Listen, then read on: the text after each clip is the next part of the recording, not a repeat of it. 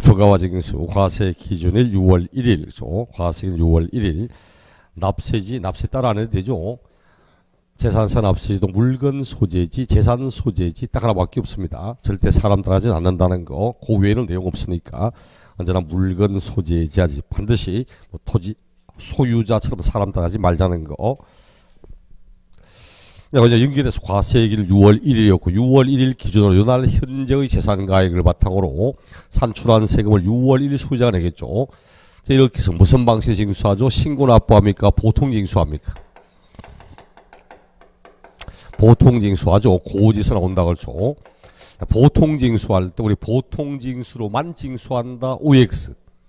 보통징수로만 징수한다. OX. 네? 재산세는 보통징수의 방법으로만 징수한다. OX. 뭘 고민합니까? 지금 뭐 죽는 산이 이것도 아니고. 맞는 지문입니다. 맞는 지문. 재산세는 보통징수로만 합니다. 취득세처럼 신고납부하는 세금은 신고납부하지 않으면 예외적으로 보통징수합니다. 하지만 재산세는 처음부터 고지서, 내지 않으면 가산금부터 체납고지서, 체납고지서 나오지 신고납부로 돌아가는 거 없습니다. 보통 사람들이 보통징수로만 한다면 틀렸다는 사람 많아. 보통징수로만 합니다. 고지서 나올 때 이 고지서는 납기 개시 5일 전까지 발부합니다. 납기 개시 5일 전까지 이렇게 발부해야 되고, 어떤 조세를 하든 고지서 나오는 세금은 모두 납기가 개시되기 이전 5일 전까지는 고지서를 발부하도록 이렇게 되어 있습니다. 이렇게 고지서 나오면 이제 납기 언제 내는가? 납기 나와야 되겠죠. 건축물, 그리고 선박항공기, 건축물과 선박항공기. 여러분 7월 달에 봤습니다. 7월 16일부터 7월 31일까지 7월 달에 봤습니다. 토지는 9월 달에 봤습니다. 9월 16일부터 9월 30일까지. 뭐 뒤에 30일, 30일 안 맞되겠죠. 7월 16일부터 말, 9월 16일부터 말. 그다음 공부 조금 더디면 건축물은 7월 달, 토지는 9월. 이렇게 공부를 무엇이 빠져 있습니까 지금? 재산 대상 가운데 주택이 없잖아요. 그렇죠? 주택은 언제 받아?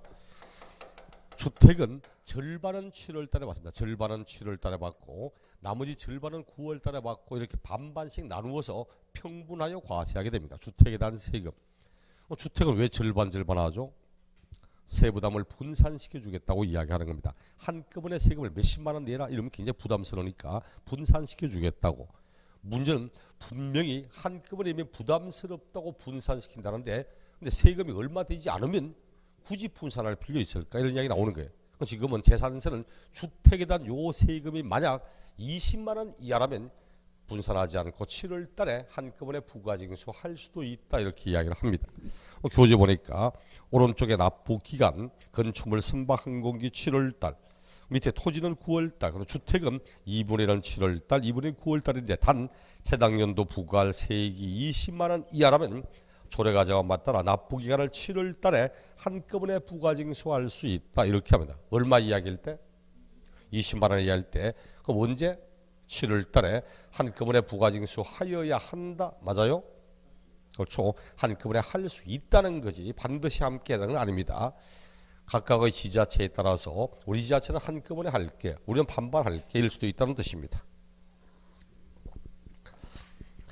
자, 그리고는 수시부가 나오죠. 수시부가 큰 의미는 없지만 예를 들어서 그 세무 공무원이 이 사람의 세금을 잊어버리고 누락해서 받지 않았습니다.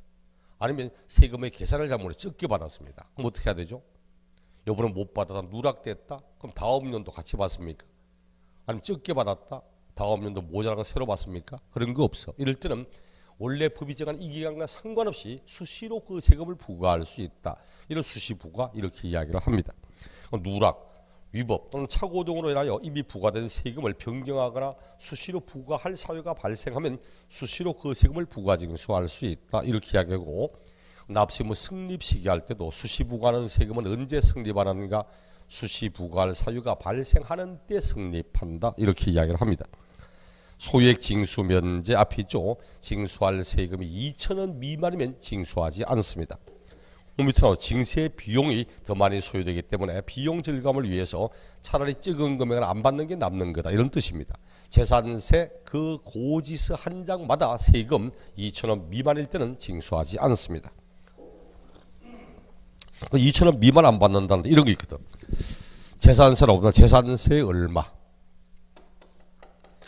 그리고 지역자원시설세 얼마, 뒤에 나오지만 우리 부분 이름은 지역자원시설세는 지역자원시설세 납기가 재산세 납기와 같다면 재산세 고지서에 이를 나란히 함께 적어 고지할 수 있다고 이야기를 합니다. 지금 납기가 같기 때문에 함께 나오고 있습니다. 그럼 그다음 재산세, 부가세, 지방교육세 세 가지 세금이 같이 나옵니다. 세 가지 세금이 요거 얼마 같이 나오거든. 그럼 고지서 한 장당 세금 2,000원 미만할 때는 요 금액을 합한 금액을 기준으로 2,000원인지 따로따로 기준이 2,000원인지 뭐죠? 합한 겁니까? 따로따로 합니까? 따로따로 합니다. 어떤 세금이라고든 한 장의 고지서에 여러 개의 세금이 함께 있고 나오면 반드시 매 고세액마다 따로따로 판단을 합니다. 세목별로 판단한다 이렇게 이야기를 해야 됩니다. 그 밑에 재산세 대상의 비치 안 보셔도 됩니다. 그 다음 분할납부 물납제도 192쪽 분납과 물납. 야 분납한다 물납한다 분납하고 물납하고 원래 세금은 일시불 납부가 원칙이지 나눠내는 게 아닙니다. 또 세금은 금전 납부가 원칙이지 물건 내는 거 아닙니다. 하지만 조세의 편의성을 위해서 나누어 낼 수도 있고 물건 낼 수도 있습니다. 요 분납이 인정되는 세금이 지방세 가운데는 오직 재산세밖에 없어. 오직 재산세. 재산세에 대해서만 분납을 인정하고 있습니다. 국세 같은 경우는 국세는 양도소득세, 종합부동산세, 그리고 상속세 이런 세금들이 분납, 나누어내는 것을 인정하고 있습니다. 나누어내는 걸 인정하고 있고 물납은 지방세 가운데는 오직 재산세밖에 없습니다. 지방세에서 물납, 분납이 허용되는 세금은 오직 딱 재산세 하나밖에 없습니다. 물론 재산세와 재산세 도시지역분, 재산세 도시지역분 요거 포함해서 이야기를 합니다. 연세 좀 드시면 알 거예요. 옛날에 세금 가운데는 도시계획세 이런 세금, 도시계획세 들어본 적 있습니까? 도시계획에 필요한 경비를 마련하기 위해서 도시지역 안에 있는 부동산에 대하여 도시계획세라는 세금을 받았습니다. 그 2011년 들어오면서 재산세 흡수통합되어서 지금은 재산세 도시지역분 이렇게 이야기를 합니다. 역시 재산세라고 보시면 됩니다. 국세 가운데서 물납이 허용되는 세금 상속세밖에 없어요. 상속세 요거밖에 없어. 혹시 우리 시험에 양도소득세, 종합부동산세, 재산세 나오니까 국세, 양도소득세, 종합부동산세 이런 말 하면 안 됩니다. 얘들은 물납은 허용되지 않습니다. 과거에는 우리 2015년까지만 해도 양도소득세도 물납 가능했습니다. 종합부동산도 물납 가능했습니다. 하지만 2016년 들어오면서 요 세금들은 물납을 다 폐지했기 때문에 시험에 나오는 세금 가운데 물납이 허용되는 건 오직 재산세밖에 없습니다. 몇 해 전에 다음 조세 가운데서 물납과 분납이 모두 허용되는 세금을 찾아보라고 정답 재산세 딱 이거였습니다. 그 이전에도 또 양도소득세 물납이 가능하다는 건 틀린 지문, 종합부동산세 물납된다고 틀린 지문 이런 거니까 반드시 어떠한 세금이 물납과 분납에 허용되는지 이런 것부터 먼저 보고 그 다음 이제 내용을 봅니다. 분할납부, 분납한답니다. 재산세 분납합시다. 자, 분납할 때는 적어도 납부할 세금이 얼마? 500만 원 넘어가야만 나누어 내겠다고 신청할 수 있습니다. 납부세 500만 원 초과. 1번 보니까 지방자치단체장은 재산세 납부세액 500만 원 초과하는 경우 그리고 납부할 세금의 일부에 대하여 납부기한 지난 후 2개월 안에 분할 납부하게 할 수 있다. 500이 초과되면 전체를 다 분납하고 이런 거 아닙니다. 적어도 납부기한 안에 최저 일부는 내고 나머지 일부에 대하여 납부기한 지나고 언제까지? 언제까지? 2개월 안에 이를 분납하게 할 수 있답니다. 마지막 4번 보니까 이런 납부할 세금이 500 넘어갈 때 그럼 어떻게 분납하는 거 봐. 500 넘어간다. 1번 500만 원은 초과하는데 1천만 원 이하다. 1천만 원 이하. 두 번째 1천만 원도 초과하고 있다. 여기에 따라서 분납할 수 있는 금액이 틀립니다. 그럼 납부기간 안에 얼마라는 거 봅시다. 납부기간 안에 납부기간 내에 납부해야 될 금액 요거 내고 나머지에 대하여 분납할 수 있습니다. 자, 항상 앞으로 1번. 자, 1번이 탁 넣으면 얼마를 초과하는데 다시 가면 무조건 요 금액은 무조건 내야 됩니다. 800만 원 나왔다. 그럼 500은 무조건 내고 나머지 300을 분납할 수 있습니다. 최저 500은 내야 돼. 뭐 600내든 700내든 상관없습니다. 단 500만 원 밑으로는 안 돼. 그럼 납부기한 안에 얼마 내는가? 최저 500은 내야 돼. 최저 500만 원 납부하고 그 나머지 금액에 대해서 분납할 수 있습니다. 방금 했죠. 납부세액 800만 원 나왔다. 얼마를 분납할 수 있을까? 하면 500 내고 300을 분납할 수 있다고 이야기합니다. 1천만 원 두 번째 2번 나오면 무조건 최저 절반은 내야 됩니다. 최저 2분의 1은 납부를 해야 돼. 나머지를 분납할 수 있습니다. 그럼 1800 나왔다. 얼마 내야 돼요? 1800 나오면 일단 900만 원은 무조건 내고 나머지 900에 대하여 최대 분납 가능하다는 뜻입니다.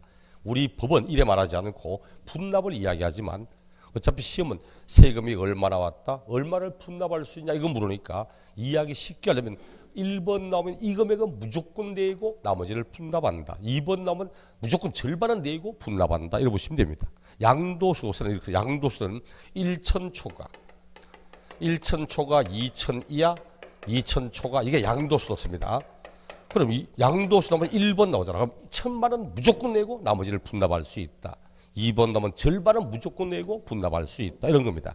패턴이거든. 그러니까 금액을 보지 말고 1번이 딱 나오면 이 금액은 내고 나머지 분납. 2번 나오면 절반 내고 나머지 분납. 이래 보시면 됩니다. 여기 이제 물납, 분납에 관한 부분이었고 물납제도 이제 물건 납부하겠답니다.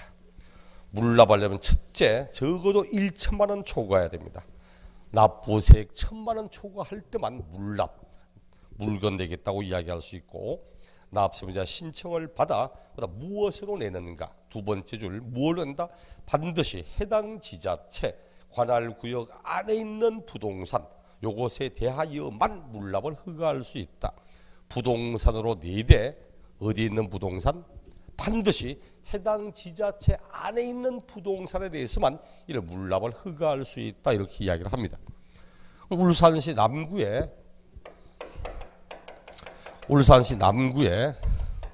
여기 있는 사람이 재산세를 물납하고자 합니다. 물납하면서 나 울산시 남구 거 말고 남구 말고 저 중구에 있거나 북구에 있거나 안 되냐? 안 받아줍니다. 반드시 울산시 남구에 대하여 재산세를 납부할 세금이 물납 신청하려면 남구 안에 있는 부동산에서만 인정을 하는 겁니다. 왜? 남구 옆에는 그다음 뭐입니까? 남구 옆에 뭐 있어요? 중구? 네, 중구. 그럼 여기 있는 거 내면 안 되냐? 거리도 가깝고 충분히 재산적 가치가 있어. 그럼 오케이 받을게. 이렇게 딱 받아가는 순간 요 부동산은 남구 소유가 됩니다. 그럼 국가 등의 재산은 과세하지 않는다. 비과세가 돼버려요 이제. 그럼 중구에서는 지금까지 매년 재산세를 받던 물건 하나가 비과세로 바뀌어버리면 중구의 재정 수입이 줄잖아. 자기들의 세금을 받기 위해서 다른 지자체 물건 하나를 뺏어버리는 이런 식의 내용이 돼서는 안 된다는 뜻입니다. 반드시 자기 안에 있게 돼야 돼. 우리 28회인가 27회 시험 때 서울특별시 강남구와 그리고 성남시에 각각 부동산을 소유한 사람이 성남시 소재는 그 물건 재산세를 물납하고자 할 때는 성남시 안에 있는 부동산에서만 물납을 허가할 수 있다. 오케이. 당연히 맞는 지문입니다. 1000만 원 초과할 때 반드시 해당 지자체 안에 있는 부동산에 대해서만 인정을 합니다. 양극이 오른쪽에 언제 신청하는가? 납부기한 10일 전까지는 신청을 해야 됩니다. 납부기한 10일 전까지 신청을 합니다. 이걸 앞에 다 연결하니까 납부할 세액 1천만 원 초과하는 경우 납부기한 10일 전까지 신청하여 해당 지자체 안에 있는 부동산으로 물납하게 할 수 있다. 이게 제일 기본입니다. 1,000만 원 초과한다. 언제까지 신청하는가? 무엇으로 내는가? 이게 제일 기본이야. 그리고 나면 이제 신청하면 다 받아줍니까? 신청하면 무조건 다 받아줍니까? 남구안에 있는데 너 토지 낼게. 남구안에 요 토지 낼게 하는데 문제는 토지가 자기들이 받을 세금에 충당될 만큼의 가치가 없어. 세금은 5천만 원 나왔는데 이 토지는 끽해봐야 막 1, 2천만 원밖에 안 돼. 그나마 내는 게 어디냐 받지 이런 거 없습니다. 자기 재산 가치에 충당된 모랄 가치에 또 토지를 낸다는데 지상권이 설정돼 있어. 건물 낸다는데 선저당 잡힌 게 여러 개 있어. 그럼 이거 안 받습니다. 관리 처분이 부적절하면 받지 않습니다. 그럼 결국은 신청하면 허가를 합니다. 허가를 할 수도 있고 안 할 수도 있지. 만약 허가 못 받으면 어떡할까? 그럼 밑에 3번 관리 처분이 부적절한 부동산의 처리. 시장군수 구청장은 물납 신청을 받은 부동산이 관리 처분하기 부적당하다고 인정될 때는 허가하지 않을 수도 있습니다. 그럼 허가 못 받으면 부동산 낸다는데 허가 못 받았습니다. 그럼 금전 내야 됩니까?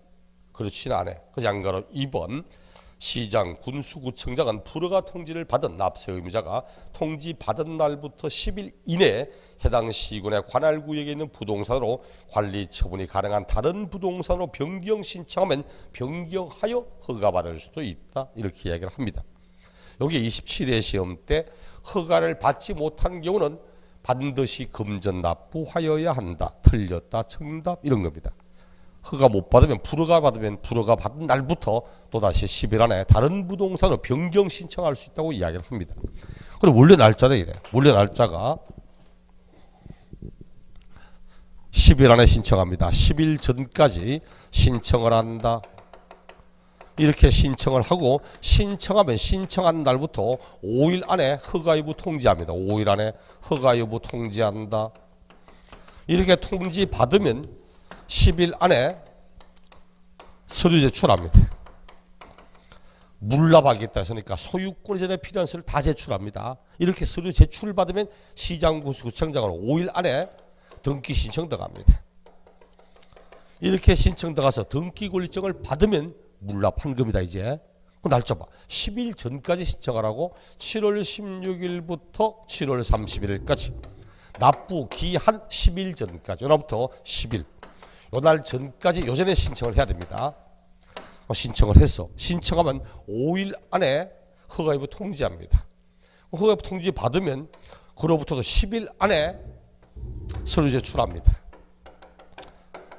그로부터 5일 안에 등기 신청 들어갑니다. 날짜는 이미 원래 내야 될 날보다 훨씬 지나가고 있습니다. 훨씬. 그래도 이렇게 하여 등기 권리증을 받으면 우리 부분 납부기한 안에 납부한 것으로 본다. 이렇게 이야기합니다. 비록 날짜는 지났지만 납부기한 이내에 납부하는 걸로 보겠다고. 그러므로 이때는 가산금 이런 거는 없습니다. 그 이야기하는 거야. 그 위에 양가로 3번 물납의 허가 신청의 양가로 3번 물납 허가 받은 부동산을 물납하였을 때는 이럴 때 등기 필증 발급 받은 때는 납부기간 안에 납부한 것으로 본다. 이렇게 표현을 하게 됩니다. 마지막 물납허가 부동산의 평가 요거 이 사람이 내겠다는 요 토지가 자기들이 받을 세금에 충당될 만큼의 가치가 있는가 부동산 평가해봐야지. 평가를 해봐야 될 거야. 그 평가할 때 뭘로 하는가? 1번 과세 기준을 현재의 시가로 합니다. 과세 기준 1 현재의 시가로 평가합니다. 요거 우리 25인가 시험에 12월 31일 현재의 시가로 한다. 있을 수 없습니다. 과세 기준 1은 말 그대로 이 세금을 부과할 때 과세할 때 모든 것의 기준을 이날을 기준으로 삼아라. 이게 과세 기준 1인데 왜 엉뚱하게 12월 30일 갑니까? 6월 1일 현재의 시가로 평가합니다. 이때 시가가 뭐냐? 시가 표준액을 의미하는 뜻입니다. 밑에 양가로 보니 원칙은 밑에 토지 건축물, 주택 모두 시가 표준으로 합니다. 다만 예외적으로 어쩌고 하지만 예외는 안 봐도 됩니다. 머릿속에는 물납하는 부동산의 평가는 6월 1일 현재의 시가로 한다. 이때 시가는 시가 표준액을 의미하는 뜻이다. 딱 그까지 보시면 됩니다. 그 다음 뒷장 넘어가니까 나머지는 없네.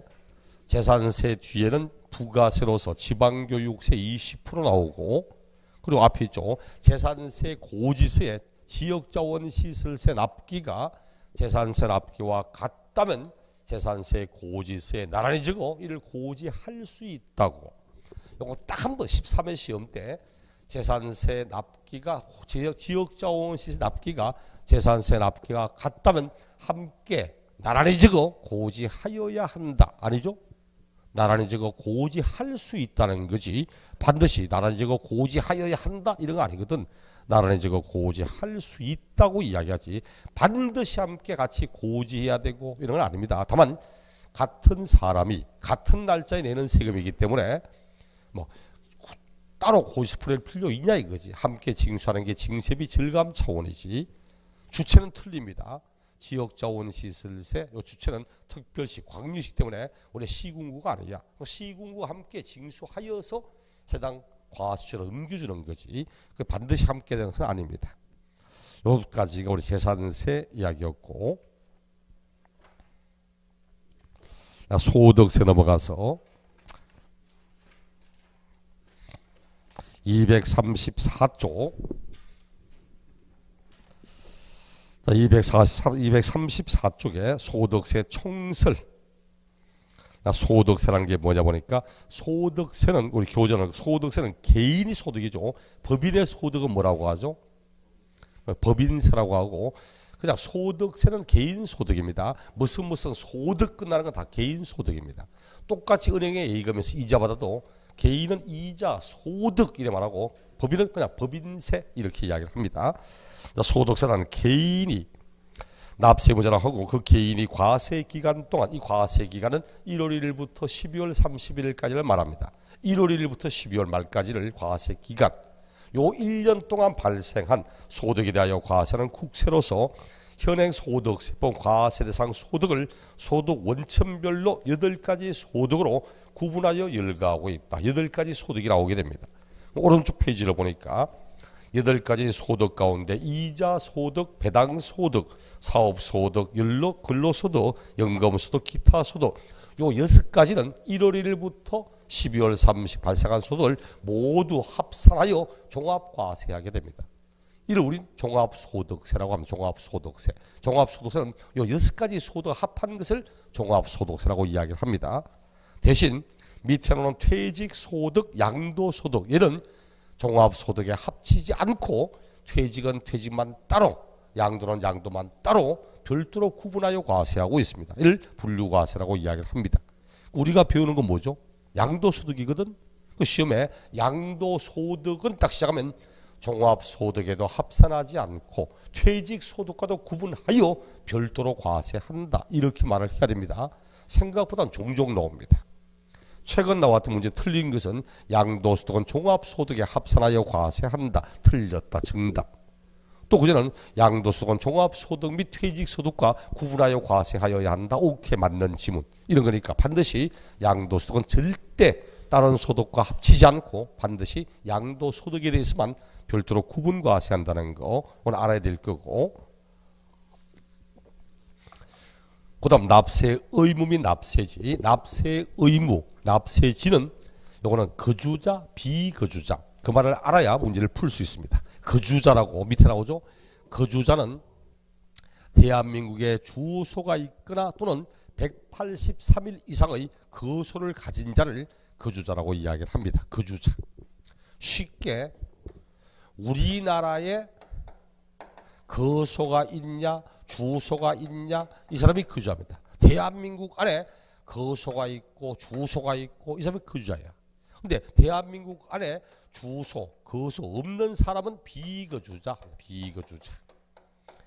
우리 교재를 보니까 거주자가 국내에 주소를 두거나 183일 이상의 거소를 이걸 뭐 183일 틀리게 하고 이렇게 하지는 않을 겁니다. 불과 몇 년 전만 해도 대한민국 안에 주소가 있거나 1년 이상의 거소를 가진 자 이렇게 해서 1년 이상의 그러다가 183일 6개월을 의미합니다. 1년 365일 딱 절반 나누면 182.5가 되거든. 183일 이상이란 말은 6개월을 초과하여서 이런 뜻이야. 왜 바꿨을까? 거주자가 되죠. 거주자는 국내에서 발생한 소득, 국내에서 발생한 소득은 물론이고 구외에서 발생한 소득 다 과세합니다. 이거 모두 과세합니다.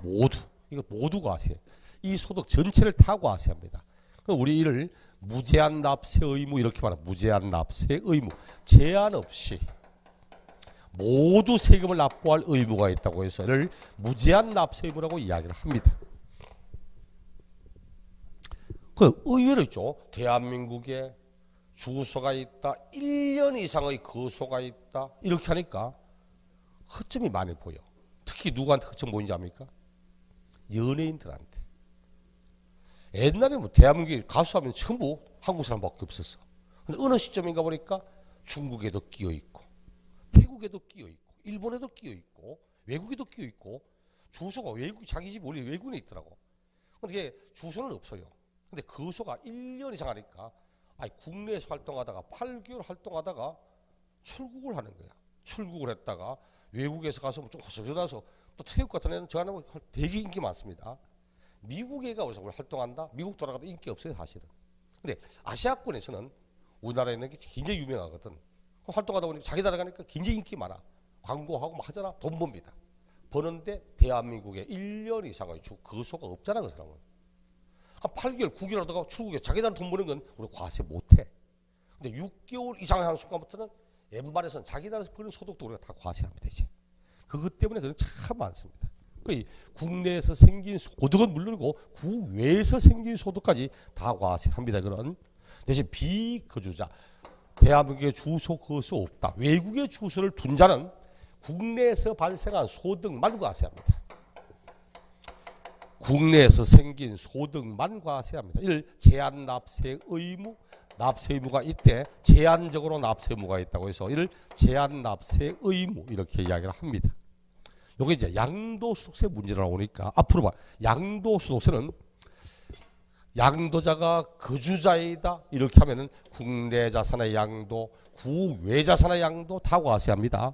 대신 양도자가 비거주자일 때는 국내 자산의 양도에 대해서만 과세하지 국외 자산 양도 요건 아무 관계 없습니다.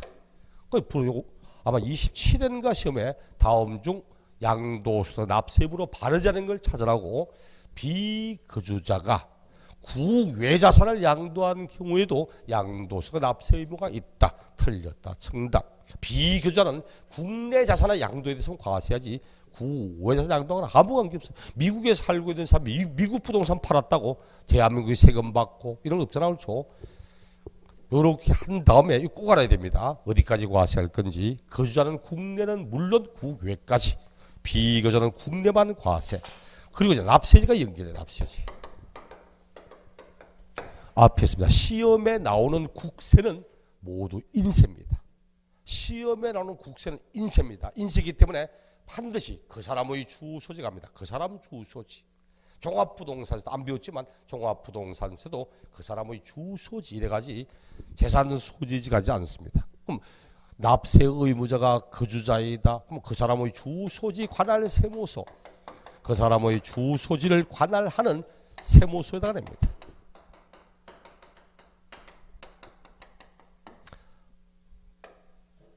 근데 이것도 헷갈리면 참 많더라고. 세무서가 뭐하는 기관이죠? 세무서가 뭐하는 기관입니까? 무슨 세무서 뭐하는 기관이죠? 보통 세금 받는 기관 아닙니다. 국세 받는 기관입니다. 국세를 받는 기관이지 지방세하고 상관없습니다.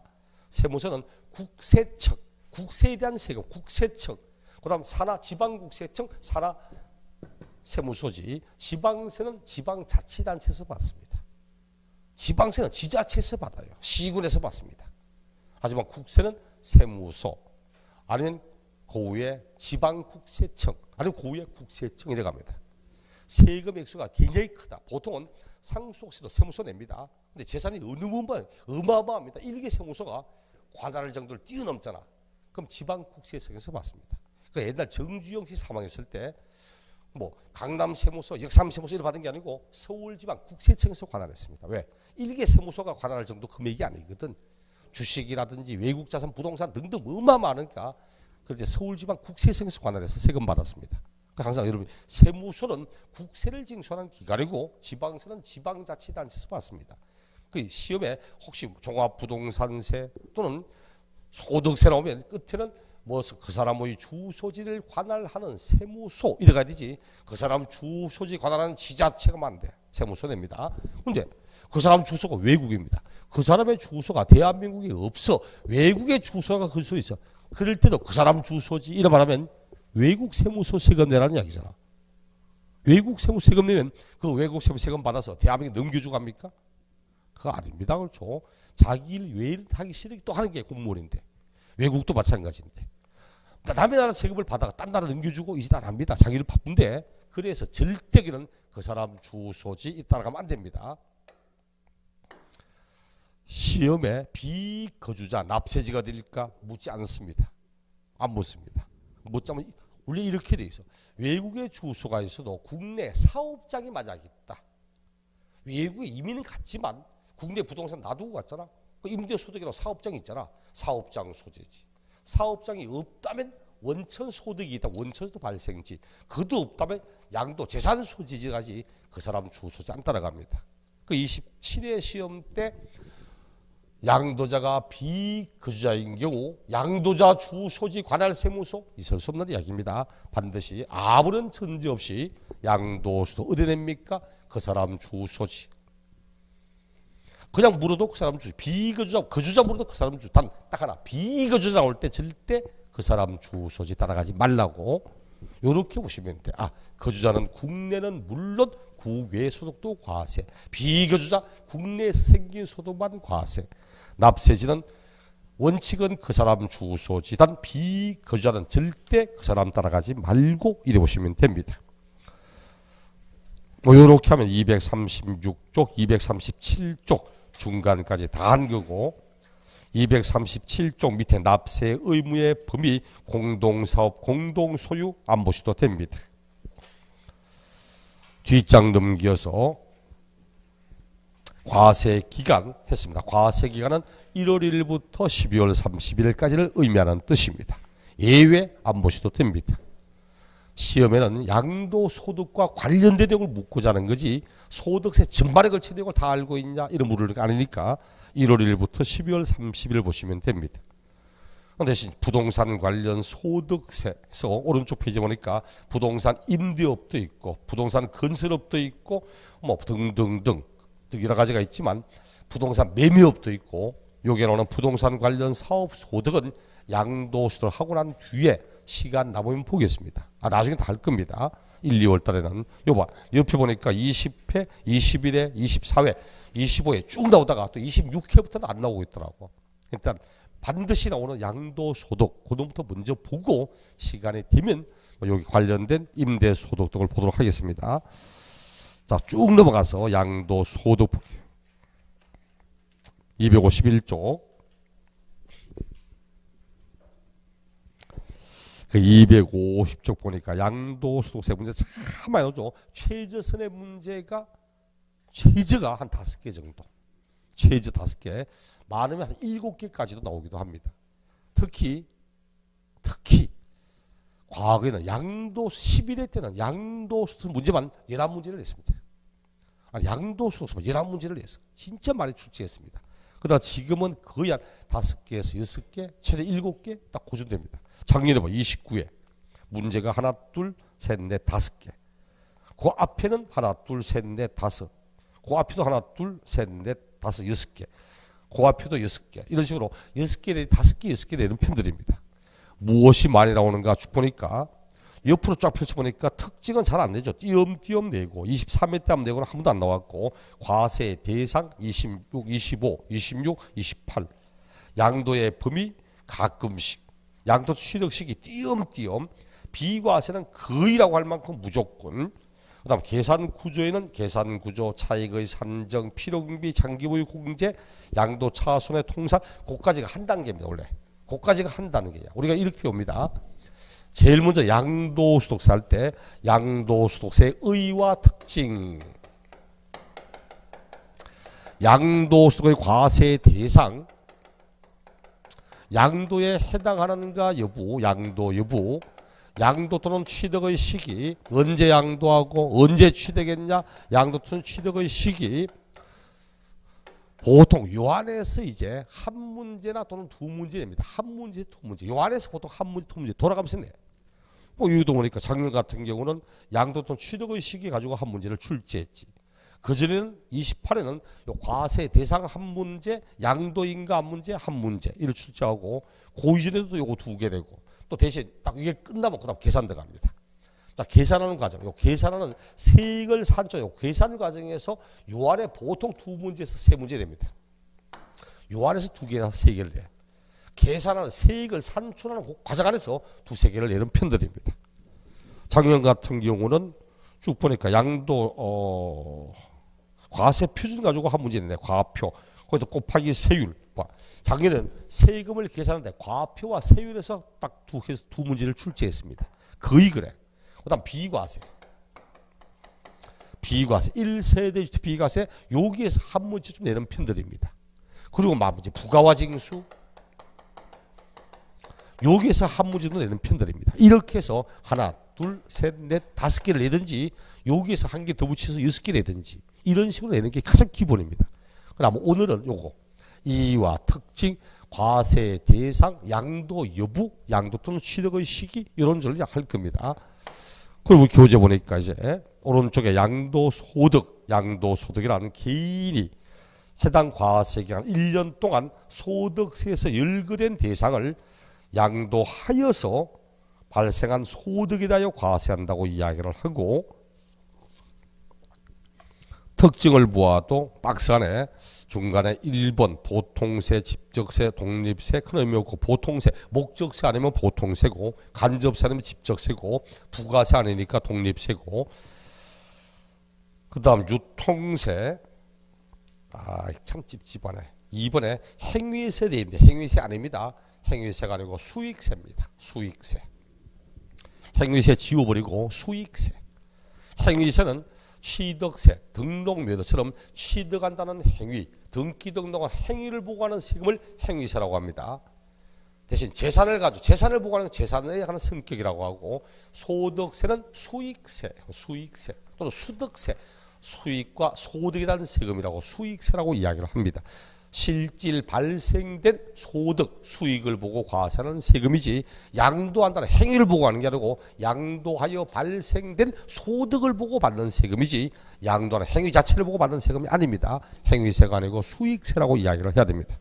유통되는 과정세금, 분류과세 앞에 있죠. 종합과세, 종합소득에 포함하지 않고 양도소득 별도로 분류하여 과세한다고 사실주의 과세 했잖아. 등기, 등록, 허가 등의 형식과는 관계없이 과세한다고 했고 나머지는 큰 의미 없고 뒤에가 다 나올 거고 뒷장 넘겨서 특징 양도수는 개인의 양도입니다. 됐죠? 앞에 있잖아. 법인의 양도만 법인세를 낸다고 개인이 양도한다. 그리고 반드시 무얼 팔든 무조건 다 내는 세금 아니죠. 내 차량 팔았다고 양도소득세, 책 팔았다고 아니거든. 반드시 법에 열거된 것에 한해서만 과세한다고 열거된 대상이어야 한다. 그리고 반드시 유상이전입니다. 유상이전 일정한 대가를 받고 양도하는 것이 아무런 대가 없이 넘기는 것은 양도라 말하지 않습니다. 무상이전은 양도 아닙니다. 사실상의 유상이전입니다.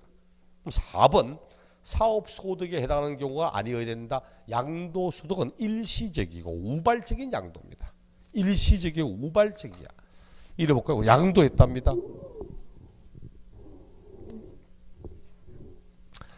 부동산을 양도했다. 부동산의 양도 부동산 이전했습니다. 이전했다. 이전해 주었습니다.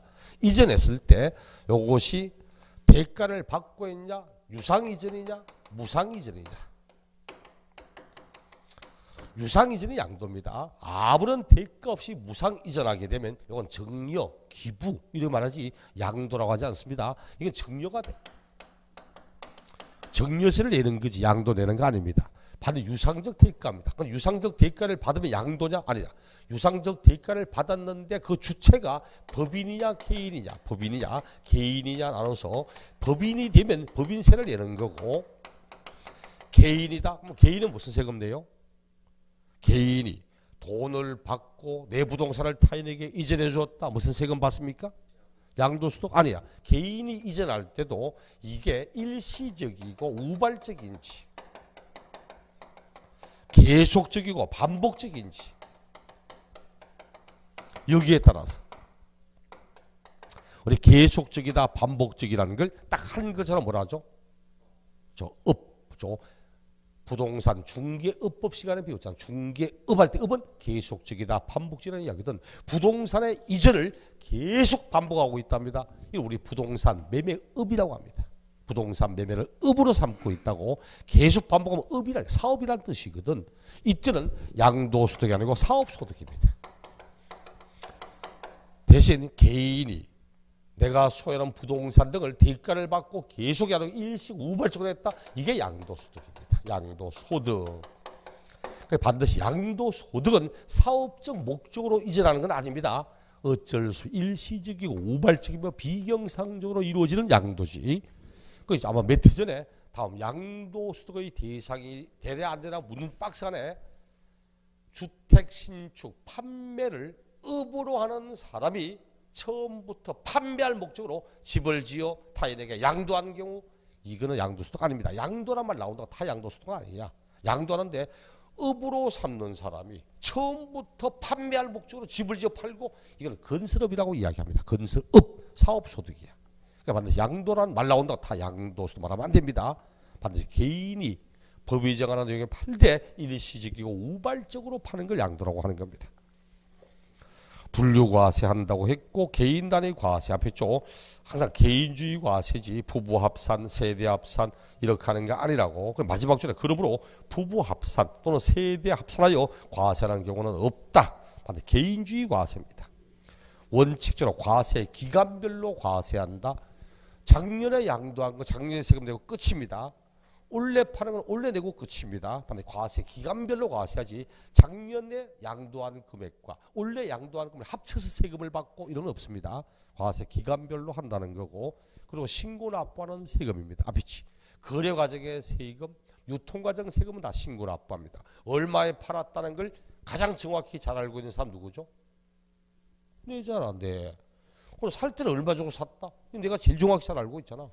그래서 당신이 거래가액 등을 가장 잘 알고 있으니까 당신이 신고납부하라고 이야기하는 겁니다. 취득세, 등록면허, 부가가치세, 양도소득세 이런 거는 거래 과정의 세금은 반드시 신고납부하도록 되어 있습니다. 과세 대상물 요거는 오른쪽에 보니까 자주 나오죠. 옛날에는 덜 나왔는데 지금은 뭐 25, 26, 28 그리고 이렇게 한 문제를 내지 않아도 시험 지문 안에 요런 것은 대상이 된다. 이렇게 지문 하나 내고 지나가는 경우도 종종 있으니까 꼭 알아야 됩니다. 양도소득세는 무엇을 대상으로 부과하는지. 토지 건물. 좀 안 익숙하죠? 토지 건물 이래 말하니까 좀 안 익숙한 게 있을 건데 항상 우리 취득세 할 때도 재산세 할 때도 토지 건축물이 됐거든. 토지와 건축물인데 얘는 토지 건물입니다. 건축물이 아니고 건물이라고 해. 그럼 뭐 건물은 뭘 건물하죠? 지붕이 있고 벽돌은 기둥이 있는 것. 그렇죠? 우리 아마 건축법 시간에 배웠잖아. 지붕이 있고 벽돌은 기둥이 있는 게 건물입니다. 그럼 육교는 건물이다 아니다?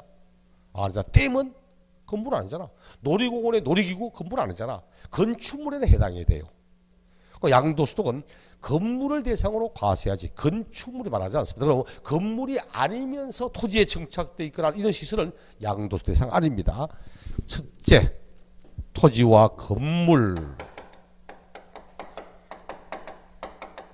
등기 등록 허가 등의 형식과 관계없이 과세하며 공부상에 사용되는 용도와 실질 사용되는 용도가 다르면 실제로 사용되어지는 용도에 따라 양도하는 걸로 봅니다. 1번은 쉽게 말하면 내가 가지고 있는 부동산의 소유권을 양도합니다. 부동산 소유권 양도.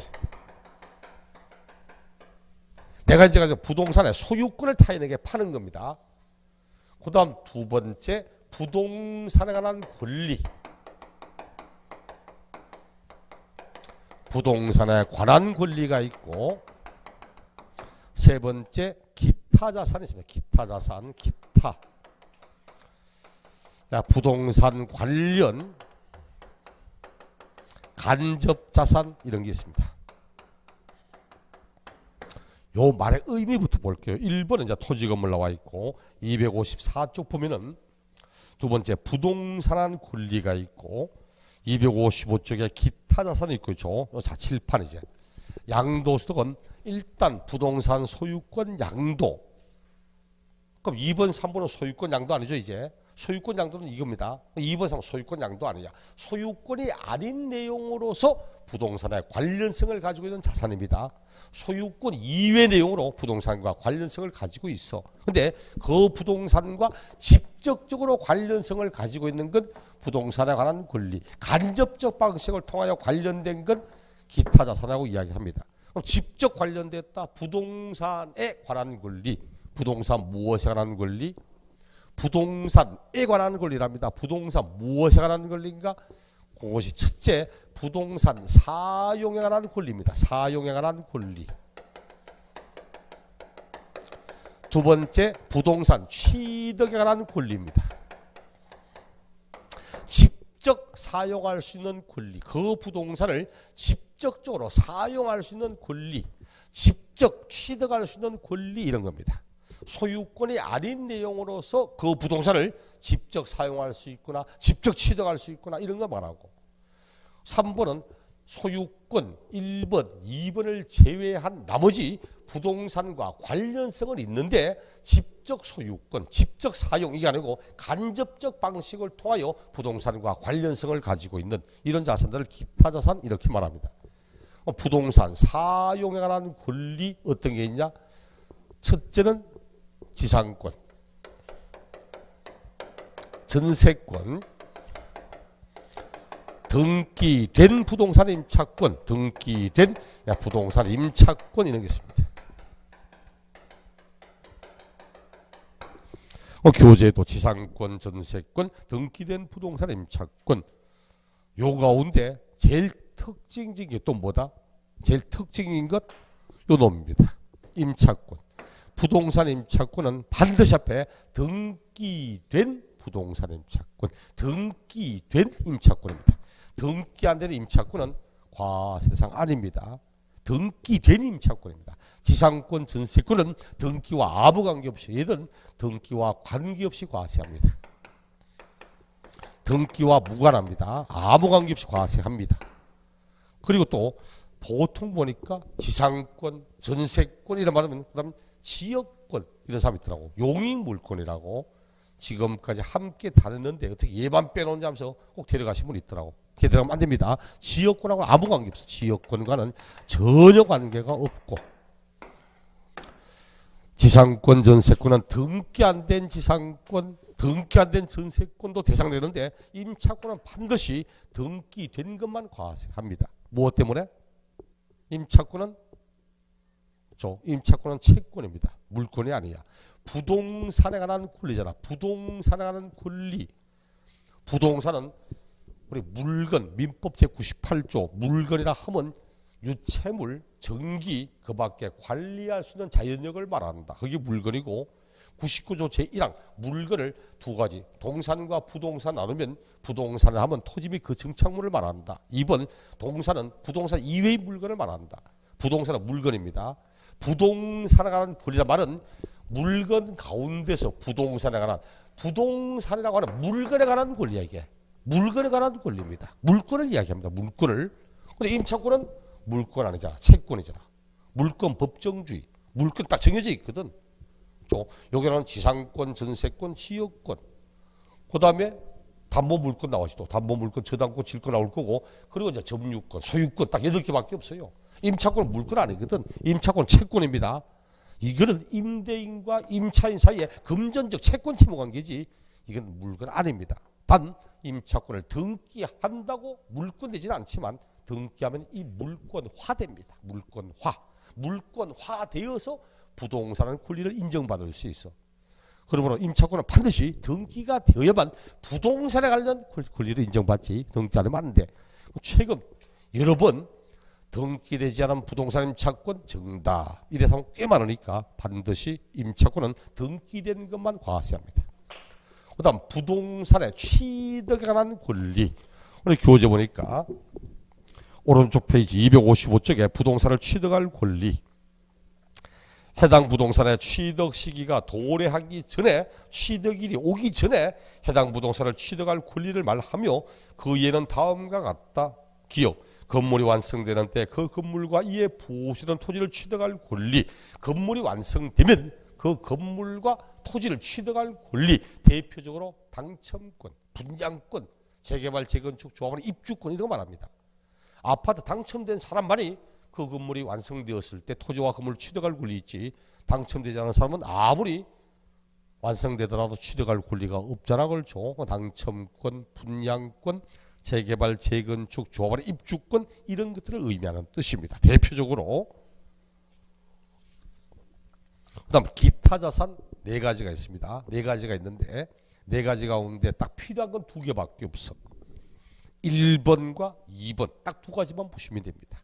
1번 사업용 고정자산과 사업용의 고정자산과 함께 양도하는 영업권.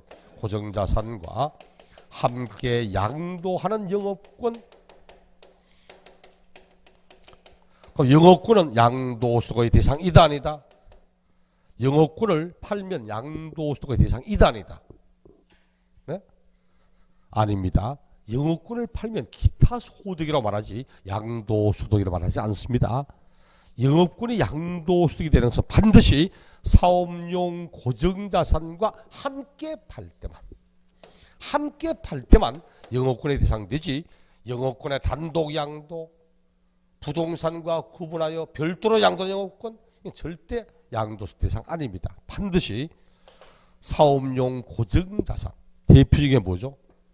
대표적인 게 부동산이잖아. 부동산. 사업용으로 딱 고정되어 있는 자산이잖아. 고정되어 있는 자산.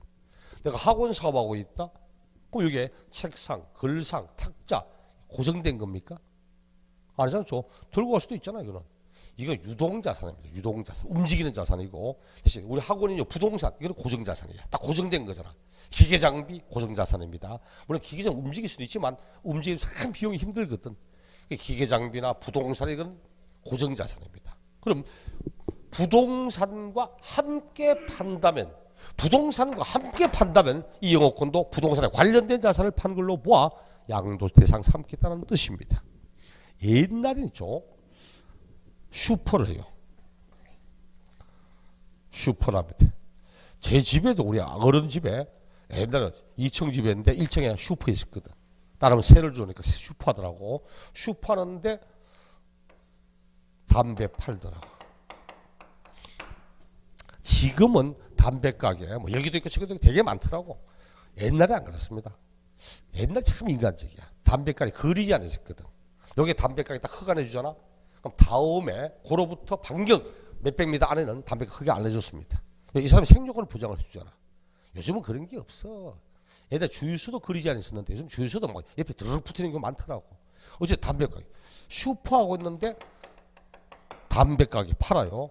그리고 요 집에 사실은 옆에 밖에 딱 나온 빨간 공중전화, 빨간 거 10원 넣고 20원 넣고 하던 거 박스에 있는 거 말고 있죠. 옛날에 있잖아 슈퍼 앞에. 이것도 같이 했거든. 전화도 같이 있어. 옛날 자기 집에 전화 오면서 참 많았기 때문에 길 가다 공전화 하거든.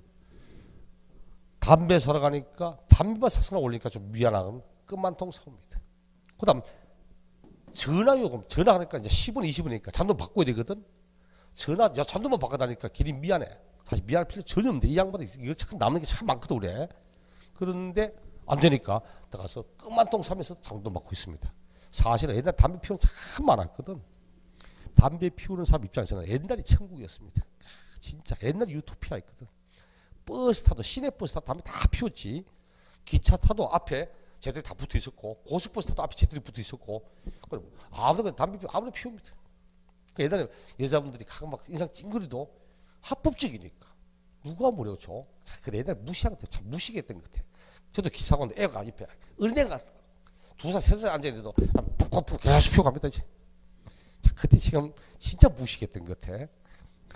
흡연자 입장에서는 완전히 뭐 천국이지만 언제 배웁니까 담배를? 언제 배워요? 남자분들은 대부분 군대 가서 참 많이 배웁니다. 군대 가서 많이. 군대 딱 가니까 담배 다 피워. 훈련 받다가 딱 멈추니까 앞에 교관이 자 담배 일발 장진 담배 다 끄라고 피우는 거야. 안 피우잖아 한 명이. 너는 왜 안 피우냐니까. 전 담배 안 피웁니다. 왕따입니다 이거. 왕따야. 그 왕따입니다. 다 피우는데 지 혼자 안 피우잖아. 이게 밉비요. 이걸 왜? 그래? 아이고야 담배 이 건강에 좋겠네. 내가 처방을 시켜. 저도 말해봐. 내가 밖에 이래 딱 혼자 내가 처방하고 있습니다. 남들 싫은데. 그 강제로 다 피워. 담배 다 줬잖아 공짜로. 담배 공짜 다 줬습니다. 일주일에 한 갑씩 꼬박꼬박 줬거든. 그러니까 담배 공짜로 주지. 담배 안 피우면 왕따 당하지. 혼자 담배 가지고 많이 했습니다. 그때 다 비우는 거야. 나는 저는 그 전에 이미 중학교 때 비웠기 때문에 뭐 아무 관계 없습니다. 문제를 봐요. 이 담배 사러 오는 거 담배 참 담배 사러 갔다가 어차피 슈퍼 갈 거 담배 사러 간 김에 딴 거 삽니다. 실제로. 이거 저 슈퍼에 있어서 이 집 담배 안 팔잖아. 그럼 이 집 사람은 거의 담배 파는 집이 단골로 가요, 사실은. 전화 단골로 갑니다. 이 건물, 자, 이거 팝니다. 이 건물 토지가 예를 들어 한 2억이다? 2억인데, 담배 가게가 있고, 전화 가게가 있다. 요게, 이것 때문에 2억이 아니고 2억 4천만 원 판 거야. 그때 4천만 원은 영업권 항목입니다. 영업권 항목. 그래서 요 때는 요 부동산과 반드시 함께 연결되어 있기 때문에 부동산에 관련된 자산으로 보아 양도소득 대상이 이렇게 합니다. 담배 가게 권리만 따로 팔아버리면 이게 기타 소득이 양도소득 아니야. 반드시 사업용 고정자산과 함께 팔 때만 영업권의 대상이라고 이야기합니다. 최근 이것도 2번이나 정답. 사업용 고정자산과 구분하여 단독으로 양도한 영업권 대상 아닙니다. 반드시 함께 팔 때만 대상되는 겁니다. 그럼 두 번째, 특정 시설물 이용 회원권. 특정 시설물의 이용권, 회원권. 이걸 볼까요? 우리 취득세는 회원권 종류가 딱 법에 명시가 돼 있어. 골프 회원권, 콘도 회원권, 승마 회원권, 요트 회원권, 종합체육시설 이용 회원권 딱 5개 명시되어 있습니다. 이런 그게 아니고 어떤 내용이든 특정한 시설에 대하여 타인보다 우월하게 배타적으로 우선 이용할 수 있다면 그 회원권 다 대상됩니다. 다. 단 시험은 요건 일련이 아니고 요런 회원권과 함께 회원권 성격을 가진 주식. 자, 동그라미 2번입니다. 이용권, 회원권 어쩌고 저쩌고 쭉 나오다가 괄호 세 번째로 괄호 법인의 주식 등을 소유하는 것만으로도 시설물을 배타적으로 이용하게 하나 일반 이용자보다 유리한 조건으로 이 시설물 이용권을 부여받게 되는 경우 그 주식도 포함한다. 회원권 성격을 지니고 있는 회원권 성격이 내포된 안으로 포함된 내포된 주식도 포함한다. 요거랍니다. 요거. 회원권만이 아니고 회원권 성격을 가지고 있는 주식도 포함한다고. 그래서 나는 A 골프장에 회원권은 없습니다. 근데 이 골프장에 주식을 내가 가지고 있어. 근데 이 골프장 주식을 취득할 때 조건이 당신이 우리 골프장 주식을 가지고 있는 동안은 주주로서의 권리로 회원권을 별도로 취득하지 않아도 이 골프장 우선 이용할 수 있도록 할게. 그렇게 한다면 요 주식 안에는 이미 회원권 성격이 들어가는 걸로 봅니다. 그럼 이 주식이나 회원권을 통하여 직접 부동산을 소유권을 가지고 있거나 직접 지상권 전세권은 일어나지만 이 회원권을 통하여 이 부동산의 시설을 우선 이용할 수 있도록 되어 있거든. 간접적 방식을 통하여 부동산에 관련됐다고 푸는 겁니다. 이런 것도 대상된다고. 그러니까 기타 자산 가지고 문제될 때는 요놈 내든지 이렇게 하는 겁니다. 요놈. 여기 우리 1번, 2번, 3번 얘를 보통은 퉁 쳐서 부동산 및 부동산 관련 자산 이렇게 이야기를 합니다. 그리고 양도소득 문제될 때는 얘를 냅니다. 얘를 1, 2, 3 요거 냅니다. 대신 주식 또는 출자 지분 지분이라든지 파생상품이라든지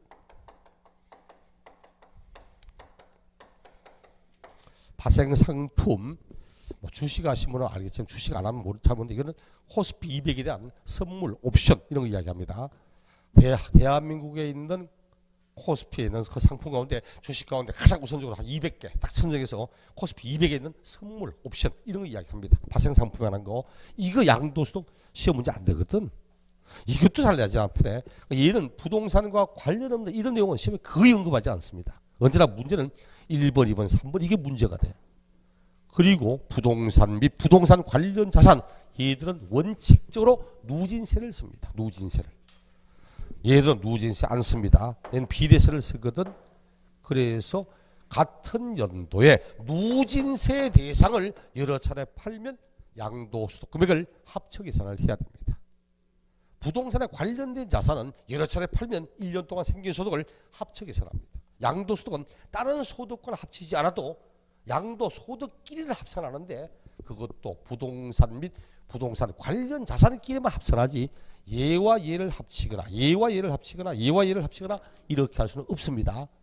누진세를 쓰는 것과 비례세를 쓰는 걸 합쳐할 수는 없어. 그 18회 시험 때 같은 연도 토지와 주식을 양도한 경우로서 결손금액이 발생하면 이를 합산하여 계산할 수 있고 있을 수 없는 이야기입니다. 이런 내용 뒤에 가면 하나하나 용할 때 다 나올 겁니다. 일단 기본적으로 머릿속에는 토지, 건물, 부동산 권리, 기타 자산. 대표적인 시험에 나오는 가장 대표적인 이런 건 반드시 꼭 알아야 됩니다. 뒤에 나와 있는 뭐 주식 또는 출자 지분 이런 전혀 필요가 없는 부분이라서 이런 자산을 그럼 이 자산을 뭐 하면 과세한답니까? 이런 자산을 뭘 하면 과세한대요? 양도하면 과세한답니다. 양도하면 과세한다. 그럼 양도가 뭐니? 이런 자산을 양도하면 법에서 열거된 요 자산을 양도하는 경우 과세한다는데 양도가 뭔지 그 258쪽 양도의 개념, 양도의 형태, 양도의 의의가 나오죠. 잠시 후에 양도의 개념. 그 옆면에 봐요. 언제 나왔냐? 최근 나오면 23, 24, 26, 28 상당히 자주 나오죠. 양도의 인지 아닌지를 묻는 문제도 상당히 자주 언급하고 있기 때문에 반드시 꼭 내용을 알아야 될 겁니다. 잠시 후에 양도의 정의, 양도의 형태 보겠습니다.